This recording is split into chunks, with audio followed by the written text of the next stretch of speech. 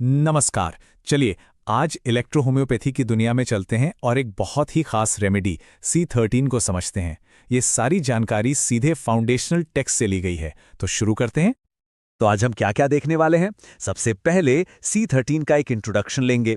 फिर देखेंगे कि ये गले की बीमारियों और पुरानी यानी क्रॉनिक प्रॉब्लम्स में कैसे काम करती है। इसके कुछ और हैरान करने वाले यूजेस भी देखेंगे और आखिर में सारी बातों को संक्षेप में समझेंगे। तो चलिए शुरू करते हैं। ये C13 रेमेडी आखिर है क्या, इसका मेन पर्पस क्या है, आइए पता लगाते हैं। बिल्कुल आसान शब्दों में कहें तो C13 को गले और हमारे शरीर की जो अंदरूनी परत होती है, जिसे म्यूकोसा या श्लेष्मा झिल्ली कहते हैं, उसकी बीमारियों के लिए एक स्पेशलिस्ट दवा माना जाता है। मतलब इसका सीधा असर इन्हीं हिस्सों पर होता है जो इसे इन तकलीफों के इलाज में बहुत ज़्यादा असरदार बना देता है। अब आते हैं C13 के सबसे आम और सबसे ज़रूरी इस्तेमाल पर, गले की तकलीफों का इलाज। ये असल में काम कैसे करती है, चलिए देखते हैं। शुरुआत एक गंभीर इन्फेक्शन डिप्थीरिया से करते हैं। यह एक ऐसी बीमारी है जहां इलेक्ट्रो होम्योपैथी में C13 को एक बहुत ही ज़रूरी दवा के तौर पर देखा जाता है। यहाँ इसका नुस्खा वाकई में काफ़ी इंटरेस्टिंग है। मेन दवा C13 है, जिसे D30 डाइल्यूशन में दिया जाता है। डाइल्यूशन को आप दवा की पावर या पोटेंसी समझ सकते हैं, और इसे और भी इफेक्टिव बनाने के लिए S1 और A3 जैसी सपोर्टिंग रेमेडीज के साथ मिलाया जाता है, जो बिल्कुल एक टीम की तरह मिलकर काम करती हैं।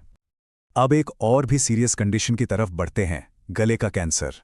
ये एग्जाम्पल दिखाता है कि C13 की हीलिंग पावर कितनी वाइड और पावरफुल हो सकती है।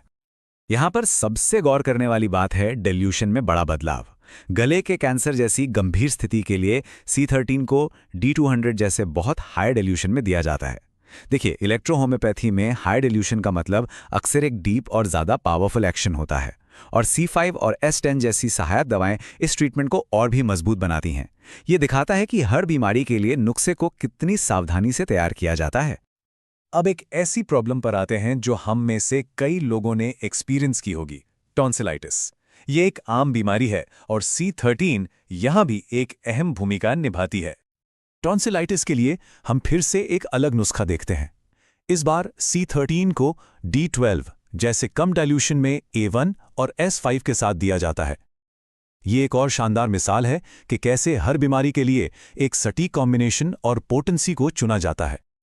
लेकिन C13 की कहानी यहीं खत्म नहीं होती। इसका इस्तेमाल सिर्फ गले की तकलीफों तक ही नहीं है, ये कई पुरानी और लंबे समय तक चलने वाली बीमारियों के इलाज में भी बहुत फायदेमंद साबित होती है। इसका एक बढ़िया उदाहरण है जीर्ण पेचिस यानी क्रॉनिक डिसेंट्री, जो आंतों की एक लंबे समय तक चलने वाली समस्या है। ये जानकर शायद हैरानी हो कि C13 इस कंडीशन को मैनेज करने में भी मदद कर सकती है। जीर्ण पेचिश के लिए हम देखते हैं कि C13 फिर से D30 डाइल्यूशन में इस्तेमाल हो रही है, इस बार S2 और A2 के साथ। ये पाचन तंत्र की अंदरूनी परत यानी म्यूकोजल लाइनिंग पर इसके असर को दिखाता है, जो हमें याद दिलाता है कि ये सिर्फ गले के लिए नहीं है। और यहाँ एक और चौंकाने वाला इस्तेमाल है, दांतों का गलना या डेंटल कैरीज। ये वाकई दिखाता है कि इस दवा की पहुंच कितनी डाइवर्स है, गले से लेकर हमारे दांतों तक। दिलचस्प बात यह है कि यहाँ हम सबसे कम डाइल्यूशंस में से एक देखते हैं, D6। दांतों की सड़न के लिए C13 D6 को S5 और A1 के साथ दिया जाता है। ये हमें एक ज़रूरी सिद्धांत की याद दिलाता है, डाइल्यूशन का चुनाव हमेशा बीमारी के नेचर पर डिपेंड करता है। अब हम C13 के कुछ और उपयोगों पर एक नज़र डालते हैं, जो दिखाते हैं कि ये कितनी वर्सेटाइल है। जैसा कि देख सकते हैं, ये लिस्ट काफ़ी लंबी और वेरिएड है। इसमें ब्लड सर्कुलेशन से जुड़ी प्रॉब्लम्स जैसे रेनॉल्ड रोग और वैरिकोज वेन से लेकर यूरिनरी प्रॉब्लम्स जैसे पॉलीयूरिया तक सब कुछ शामिल है। ये वाकई दिखाता है कि C13 का असर पूरे शरीर में कई अलग अलग सिस्टम्स पर पड़ सकता है। तो C13 पर हमने काफ़ी कुछ जाना। चलिए अब तक जो कुछ भी सीखा है उसे संक्षेप में समझते हैं और इसके मुख्य बिंदुओं पर एक नज़र डालते हैं। तो मुख्य बातें क्या निकल कर आती हैं? पहली, C13 गले और म्यूकोसा की समस्याओं के लिए एक फाउंडेशनल दवा है। दूसरी, ये पुरानी बीमारियों के लिए भी उतनी ही ज़रूरी है। तीसरी, सही डाइल्यूशन का चुनाव बहुत क्रिटिकल है।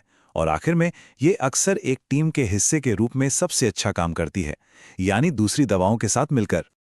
ये सब हमें दिखाता है कि C13 एक अविश्वसनीय रूप से वर्सेटाइल और पावरफुल दवा है, और ये हमें एक रोमांचक सवाल के साथ छोड़ देता है। इसकी इतनी क्षमताओं को देखते हुए भविष्य में और किन बीमारियों के इलाज में C13 एक नई खोज बन सकती है? ये सोचने के लिए एक दिलचस्प विचार है।